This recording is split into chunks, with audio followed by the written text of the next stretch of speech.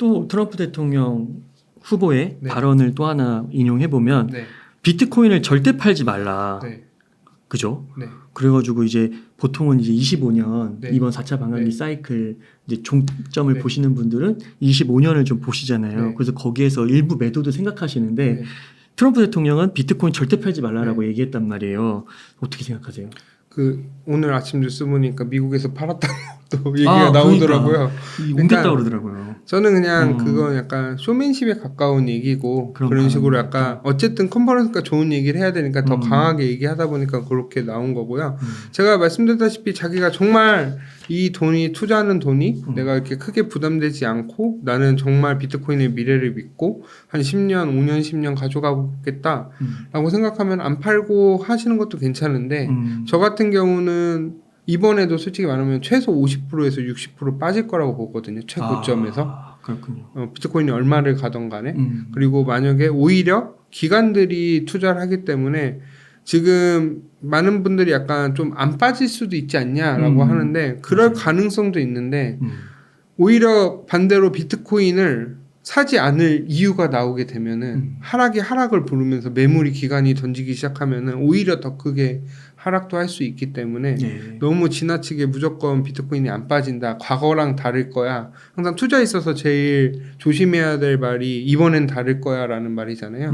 그런 거 조심하셔서 저는 할 거고 저는 지난번에도 말씀드렸지만 웬만해서는 다 팔 것 같고 만약에 알트코인들 제가 보유하고 있는데 정말 믿는 것들 중에 만약 상승을 못했다 라고 하면 걔는 그냥 한번 리스크 안고 한번 끝까지 가보고 상패가 될지 아니면 저한테 큰 수익을 안겨줄지 한번 지켜볼 예정이고요. 웬만해서는 비트코인을 팔 건데 저는 비트코인을 분할로 이렇게 팔잖아요. 그러다 보니까 제가 실수해갖고 더 상승할 것 같아서 남겨놨는데 그게 만약에 크게 하락을 하면은 그 정도는 이제 그냥 가져갈까 이런 생각은 솔직히 들긴 하는데 만약에 제가 정말 확신을 갖고 이번 하락이 좀 올 것 같다라고 하면은 웬만해서는 정리하고 좀 하락이 발생했을 때 다시 살려고 하고 있습니다. 왜냐면 이거는 정말 경험해 보신 분들 알아요. 그 하락을 정말 그게 말이 쉽지 버티기가 너무 힘들고 맞아요. 일상생활에 좀 지장을 올 정도로 너무 좀 우울해지고 이러기 때문에 좀 조심해야 된다고 보고 있습니다. 이번에도 한 4개월 전에 1억까지 갔다가요. 네. 이게 한 20% 빠져서 4개월 동안 하락 항보 했잖아요. 이것도 힘들다고 하시는 분들 많아요. 그렇죠. 그래서 시즌 오프다. 이번 시즌 끝났다. 이렇게 얘기하시는 분들 많거든요. 하락이 시작해서 겨울이 오면은 이렇게 해서 여기서 지금 저희는 반등할 거라고 보고 있잖아요. 여기서 이제 계속 계단식으로 하락을 하는 거예요. 한 2년 빠지는 거죠? 네. 2, 3년? 2년 아니라 1년. 1년? 그러니까 이제 만약에 4개월 빠졌으면 8개월 더 빠져야 돼요. 근데 이제 가격이 반등하면서 물론 가긴 하지만 딱 여기서 다시 이제 계속 물고 내려가는 50% 거거든요. 빠지는 거죠? 네, 그렇게 하다 보면은 어느 순간 지난 사이클은 77% 빠졌고 과거에 두 번에서는 85% 정도 빠졌거든요. 그거를 만약에 50%만 빠진다고 해도 그러면 1억 500 정도 됐었거든요. 그럼 5천만 원까지 빠진다고 보면은 나 그때 살 거야 라고 하는데 그때 가면 못 사요. 맞아요. 무서워서. 못 사요. 이번에 뭐 20% 빠져도 못 사는데요. 왜냐면 그때 되면은 딱 이런 얘기가 나올 거예요. 만약 정말 막 트럼프 대통령 당선됐는데 갑자기 말을 바꿨어요. 비트코인인지 인정 안 할 거야. 그 상황에서 그런 악재나 여러 가지 있는 상황에서 비트코인을 살 수 있는 용기는 안 나요. 저도 못 날 것 같고. 근데 그거를 진짜 꾸역꾸역 참고 사는 사람이 나중에 크게 이제 돈을 벌 텐데 그게 정말 쉽지 않고 이번에 알트코인들이 엄청 많이 하락했잖아요. 근데 본인이 정말 믿는 코인이라면 저는 물을 타야 된다고 보고 있는데 그렇죠. 그게 손이 안 나가요. 못하죠. 정말. 그렇기 때문에 저는 이번에 이더리움만 조금 샀거든요. 이미 다 투자가 돼 있어갖고 그러니까 그런 거를 본인이 할 수 있다라고 물론 하시는 분들은 하셔도 되는데 그게 정말 쉽지 않다는 거 한번 기억했으면 좋겠습니다. 이 투자의 원리는 다 비슷한 것 같아요. 그 2차 전지 같은 경우 네. 국내 주식도 한 1년 전만 해도 얼마나 좋았어요. 근데 지금 1년 이렇게 하락하니까 못 버티거든요. 물을 못 타 그리고. 2차 전지는 솔직히 말씀드리면 장기적으로는 무조건 좋을 수밖에 없잖아요. 전기차 시대 알고 있는데 그럴 거면 미래를 보고면 지금 사야 되는데 사야 될 용기가 안 나는 거잖아요. 그리고 그걸 내가 어디까지 빠질지도 모르는 거고 그런 무서움들이 있기 때문에 항상 저는 무조건 최소한 원금 이상은 좀 회수하셨으면 항상 얘기 드리고 있습니다. 아, 그렇죠. 원금을 회수하고 나머지 돈은 그래도 갈 수 있으니까. 그러니까 제가 지난 상승장 때 조금 알트코인 몇 개 남겨놨는데 많이 이득 본 상태에서 뺐어도 신경이 쓰일 수밖에 없어요. 그게 아무리 내가 뭐 없는 돈셈 친다고 하지만 사람이란 게 이제 심리가 그쪽에 계속 관심이 가고 신경을 쓰이기 때문에 또 그리고 많이 빠지면 기분 나쁘고 그 보면은 좀 우울해지잖아요. 막 80%씩 빠지고 이러면은 그러기 때문에 가능한 한 최소 원금 이상 그리고 빠셨으면 좋겠습니다. 그러니까요. 그 2차 전지 투자한다고 해도 그러니까 이 투자 원리가 참 비슷한 것 같아요. 그 2025년 말까지 본다. 그러니까 3년은 보고 투자한다라는 분이 되게 많았고 올라갈 때니까 다 그렇게 해가지고 올라탔죠. 근데 이게 빠지니까 지금 그래도 1년 한 6개월 남은 거잖아요. 근데 못 사시더라고요. 대부분.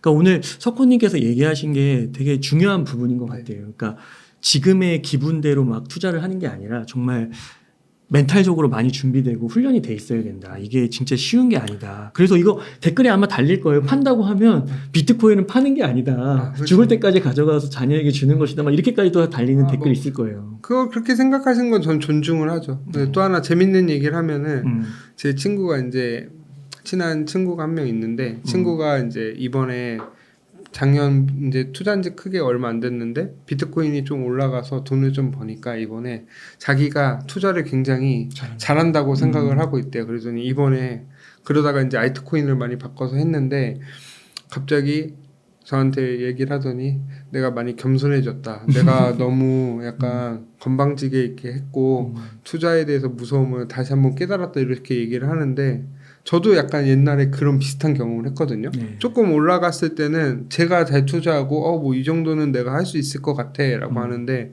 하락장에 오면은 그게 한순간에 바뀌거든요. 그렇죠. 그렇기 때문에 그런 거 조심하셔서 하셨으면 좋겠습니다. 그 아까 그 전략적 비축이라고 표현을 해주셨네요. 네, 그 전략적 비축이라는 말이 나와서 이제 앞서서 이제 설명을 해주시긴 했지만 또 한번 질문을 드려보면 앞으로 사이클 무시해야 된다. 50% 이런 거 없다. 근데 그게 아니라고 하시는 거죠? 사이클은 있는데 제가 책에 언급을 했을 때 저는 이제 사이클이 이번까지는 좀 비슷하게 갈 줄 알았는데 ETF가 생각보다 빨리 나오면서 지금 사이클도 새로운 사이클을 만드는 과정이라고 생각을 하고요. 제가 그 마지막 챕터에 뭐라고 하면 비트코인의 사이클이 유지가 될까? 라는 거를 되게 많이 고민을 하고 썼는데 유지될 가능성 30% 아닐 가능성 70%라고 이렇게 적었는데 아닐 가능성의 첫 번째 이유는 ETF가 되면서 기관들이 이제 주도하는 자금이 되기 때문에 약간 이제 호재 선반영하고 이런 게 이제 조금 많이 나올 것 같아요. 그렇기 때문에 사이클은 변할 수가 없다. 하지만 이제 4년 주기라는 크게 틀에서는 유지가 되되 그 디테일한 제가 봄, 여름, 가을, 겨울로 나눴잖아요. 요런 디테일한 사이클은 좀 변하지 않을까라고 보고 뭐 사이클이 4년 주기가 될지 8년 주기가 될지 그런 것도 한번 지켜봐야 될 것 같습니다. 그렇군요. 아, 그 4년, 8년 이런 것도 늘어날 수가 있는 거예요? 그렇죠. 아 근데 이제 어쨌든 비트코인의 반감기란 게 절대적인 사이클이 있기 때문에 근데 지금 이제 물량이 거의 이제 공급량이 거의 계속 거의 한계에 와가 있잖아요. 크게 영향이 없기 때문에 요 사이클조차도 깨질 수 있지 않을까라는 것도 한번 생각을 해봐야 될 것 같습니다. 그렇군요.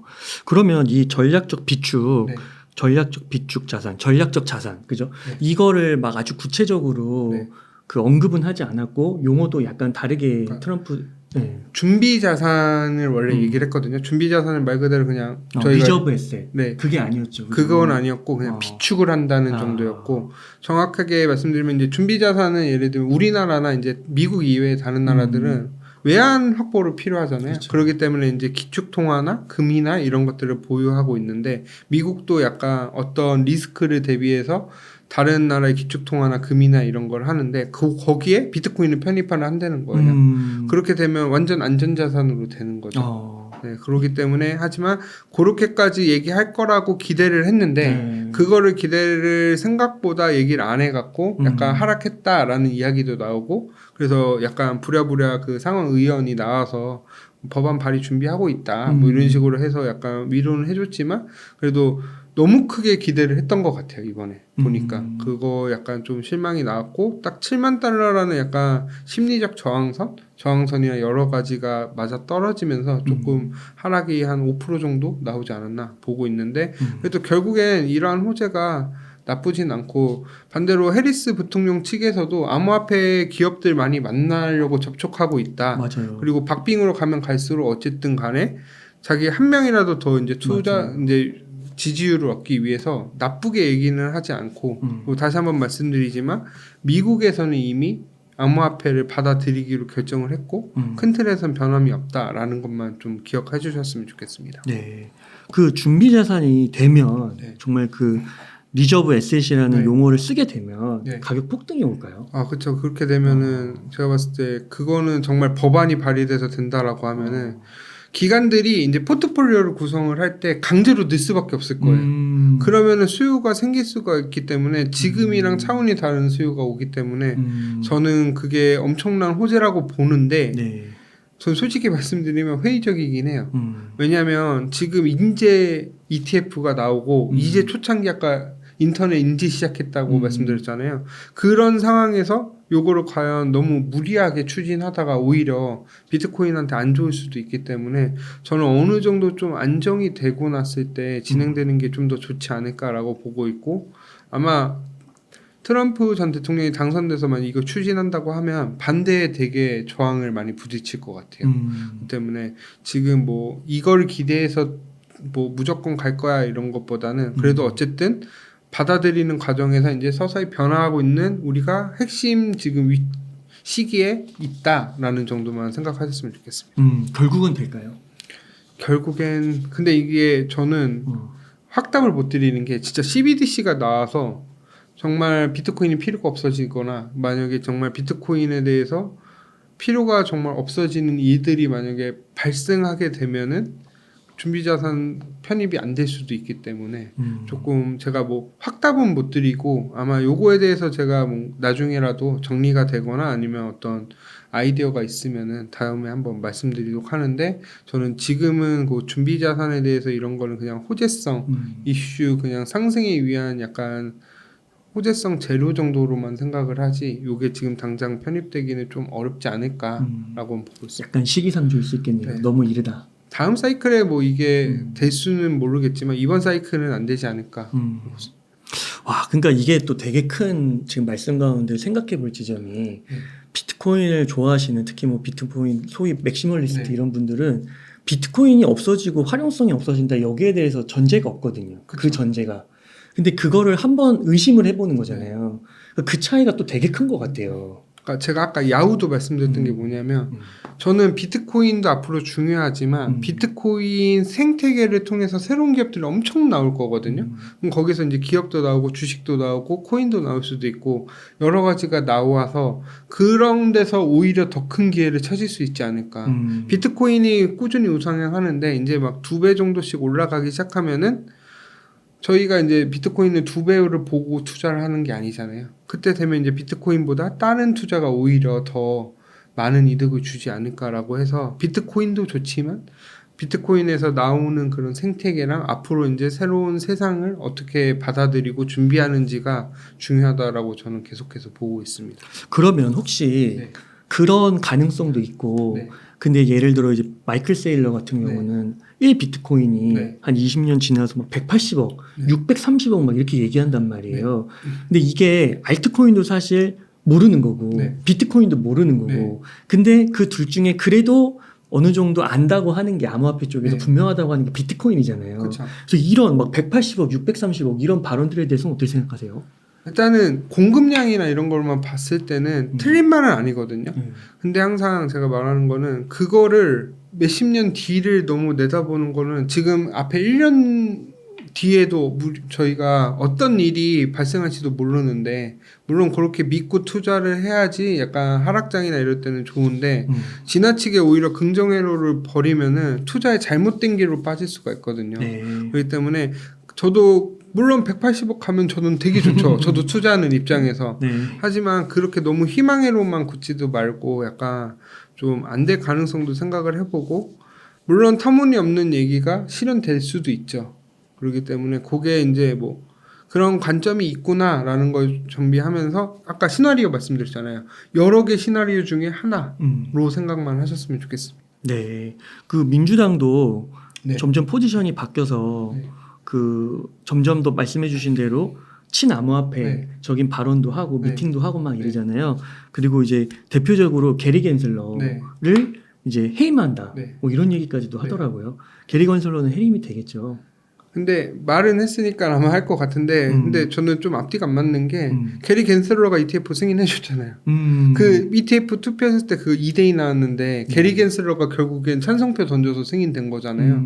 그러면 그게 과연 반암호화폐적인 건가? 물론 본인이 이제 성명문에 난 정말 하기 싫었지만 어쩔 수 없이 했다라고 이렇게 했는데 저는 과연 그 게리 갠슬러가 정말 이렇게 반암호화폐에 정말 배척하고 이런 사람인지에 대해서도 생각을 해볼 필요도 있고 아마 근데 어쨌든 BT 이더 정도 ETF가 통과됐으면 사실상 거의 대부분 통과됐다고 보고 있거든요.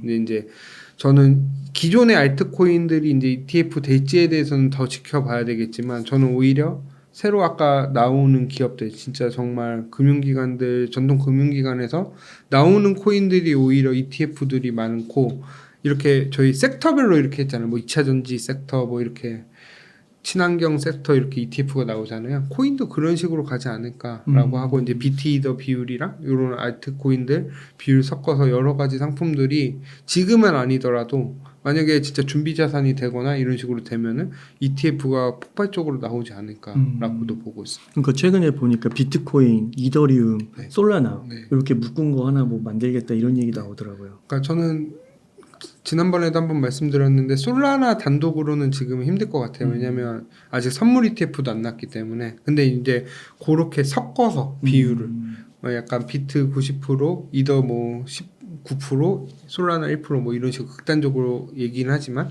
이런 식으로 나올 가능성이 있고. 근데 저 좀 걱정되는 게 이런 게 또 2008년 서브프라임처럼 또 번지지 않을까. 그런 게 언젠간 한번 나올 것 같아요. 근데 그 언젠지는 저는 아직 모르겠고 과연 갈지에 대해서도 좀 생각을 해보고 그때에 대해서는 이제 또 붐이 일면은 또 항상 조심해야 된다고 보고 있습니다. 아, 뭐 솔라나가 없어진다 뭐 이런 건가요? 아니 솔라나가 아니라 그런 식으로 ETF 상품이 나오면서 막 파생도 나오고 여러 가지 나오다 보면은 네. 막 어디선가 뭔가 하나가 또 터질 수가 있고 그렇죠, 그런 그렇죠. 위기가 한 번씩 올 수도 있기 때문에 그런 것도 한번 생각해 보면 재밌지 않아요? 그러니까 아, 역사는 반복된다고 하는데 그럼 만약에 진짜 비트코인이 제도권에 들어가고 있으면 2008년 금융위기 같은 위기가 안 나오라는 보장이 있나? 이런 것도 한번 생각해 보시는 것도 재밌지 않나라고 생각하고 있습니다. 아, 네, 좋습니다.